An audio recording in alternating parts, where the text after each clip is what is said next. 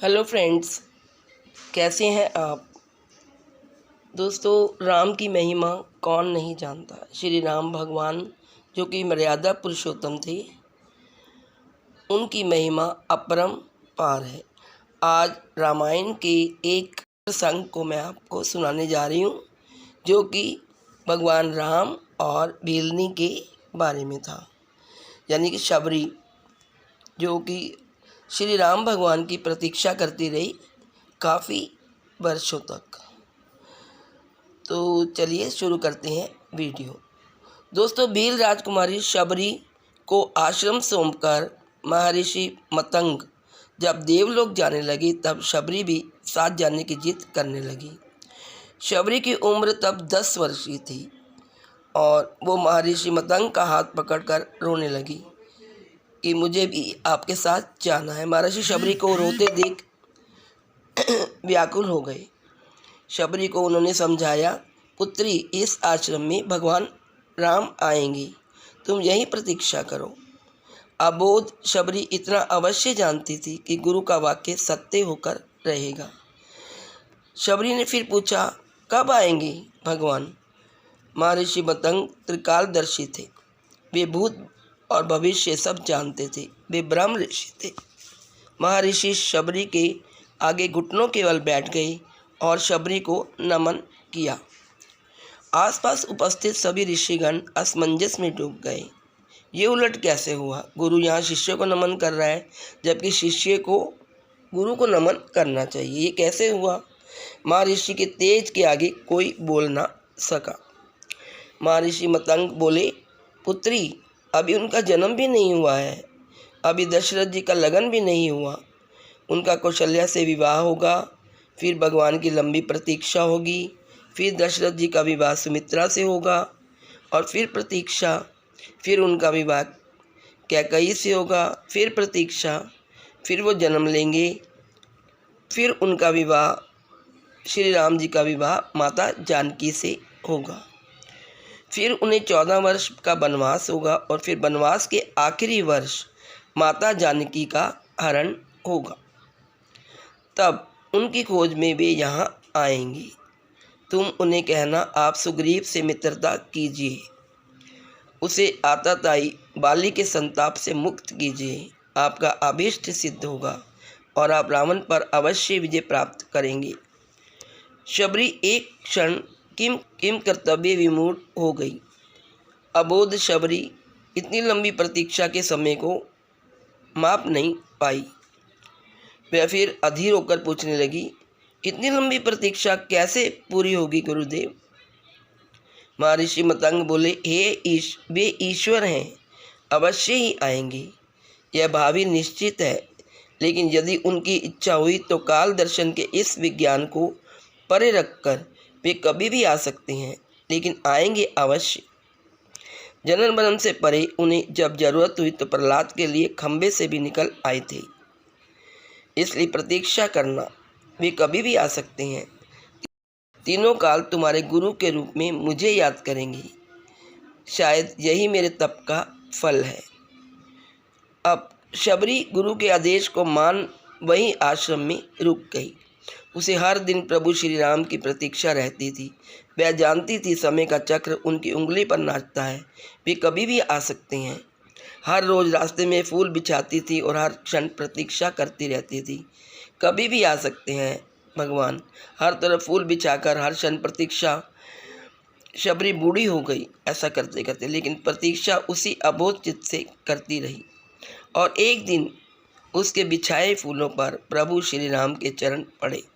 शबरी का कंठ अवरुद्ध हो गया, आंखों से अश्रुओं की धारा फूट पड़ी। गुरु का कथन सत्य हुआ, भगवान उनके घर आ गए। शबरी की प्रतीक्षा का फल ये रहा कि जिस राम को कभी तीनों माताओं ने जूठा नहीं खिलाया, उन्हीं राम ने शबरी का जूठा खाया। ऐसे पतित पावन मर्यादा पुरुषोत्तम दीन हितकारी श्री राम जी की जय हो, जय हो, जय हो। एक टक देर तक उस पुरुष को निहारते रहने के बाद वृद्धा भीलनी के मुंह से स्वर फूटे, कहो राम, शबरी की कुटिया को ढूंढने में अधिक कष्ट तो नहीं हुआ। राम मुस्कुराए, यहाँ तो आना ही था माँ, कष्ट का क्या मोल। जानते हो राम, तुम्हारी प्रतीक्षा तब से कर रही हूँ जब तुम जन्मे भी नहीं थे। यह भी नहीं जानती थी कि तुम कौन हो, कैसे दिखते हो, क्यों आओगे मेरे पास। बस इतना ज्ञात था कि कोई पुरुषोत्तम आएगा जो मेरी प्रतीक्षा का अंत करेगा। राम ने कहा, तभी तो मेरे जन्म के पूर्व ही तय हो चुका था कि राम को शबरी के आश्रम में जाना है। राम मुस्कुराकर रह गई। भीलनी ने पुनः कहा, सोच रही हूँ बुराई में भी तनिक अच्छा ही छिपी होती है ना। कहाँ सुदूर उत्तर के तुम और कहाँ घोर दक्षिण में मैं। तुम प्रतिष्ठित रघुकुल के भविष्य, मैं वन की भीलनी। यदि रावण का अंत नहीं करना होता तो तुम कहाँ से आते। राम गंभीर हो गए और उन्होंने कहा, भ्रम में ना पड़ो माँ, राम क्या रावण का वध करने आया है। रावण का वध तो लक्ष्मण अपने पैर से बाण चलाकर भी कर सकता है। राम हजारों कोस चलकर इस गहन वन में आया है तो केवल तुमसे मिलने आया है माँ, ताकि सहस्रों वर्षों के बाद भी जब कोई भारत के अस्तित्व पर प्रश्न खड़ा करे तो इतिहास चिल्लाकर कर उत्तर दे कि इस राष्ट्र को क्षत्रिय राम और उसकी भीलनी माँ ने मिलकर गढ़ा था। जब कोई भारत की परंपराओं पर उंगली उठाए तो काल उसका गला पकड़कर कहे कि नहीं, यह एकमात्र ऐसी सभ्यता है जहाँ एक राजपुत्र वन में प्रतीक्षा करती एक वनवासिनी से भेंट करने के लिए 14 वर्ष का वनवास स्वीकार करता है। राम वन में इसलिए आया है ताकि भविष्य स्मरण रखे कि प्रतीक्षाएं अवश्य पूरी होती हैं। राम रावण को मारने भर के लिए नहीं आया माँ। माता शबरी एकटक राम को निहारती रही। राम ने फिर कहा, राम की वन यात्रा रावण युद्ध के लिए नहीं है माँ। राम की यात्रा प्रारंभ हुई है भविष्य के आदर्श की स्थापना के लिए। राम राजमहल से निकला है ताकि विश्व को संदेश दे सके कि एक माँ की अवांछनीय इच्छाओं को भी पूरा करना ही राम होना है। राम निकला है ताकि भारत विश्व को सीख दे सके कि किसी सीता के अपमान का दंड असभ्य रावण के पूरे साम्राज्य के विध्वंस से पूरा होता है। राम आया है ताकि भारत विश्व को बता सके कि अन्याय और आतंक का अंत करना ही धर्म है। राम आया है ताकि भारत विश्व को सदैव के लिए सीख दे सके कि विदेश में बैठे शत्रु की समाप्ति के लिए आवश्यक है कि पहले देश में बैठी उसकी समर्थक स्वरूप नखाओं की नाक काटी जाए और खर दुश्मनों का घमंड तोड़ा जाए। और राम आया है ताकि युगों को बता सके कि रावणों से युद्ध केवल राम की शक्ति से ही नहीं बल्कि वन में बैठी शबरी के आशीर्वाद से भी जीते जाते हैं। शबरी की आंखों में जल भर आया था। उसने बात बदल कर कहा, बेर खाओगे राम। राम मुस्कुराए, बिना खाए जाऊंगा भी नहीं माँ। शबरी अपनी कुटिया से झोली में भरकर बेर ले आई और राम के समक्ष रख दिए। राम और लक्ष्मण खाने लगे तो कहा, बेर मीठे हैं ना प्रभु। यहाँ आकर मीठे और खट्टे का भेद भूल गया हूँ माँ।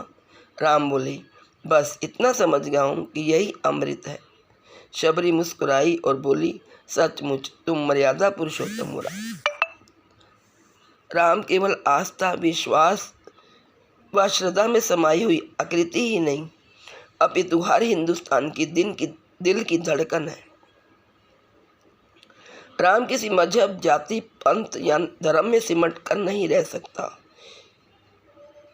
आइए एक बार सब मिलकर प्रभु श्री राम जी का जयकारा लगाएं। बोलो सियावर रामचंद्र की जय। जय Shri Ram. Please like, share and subscribe. Thank you.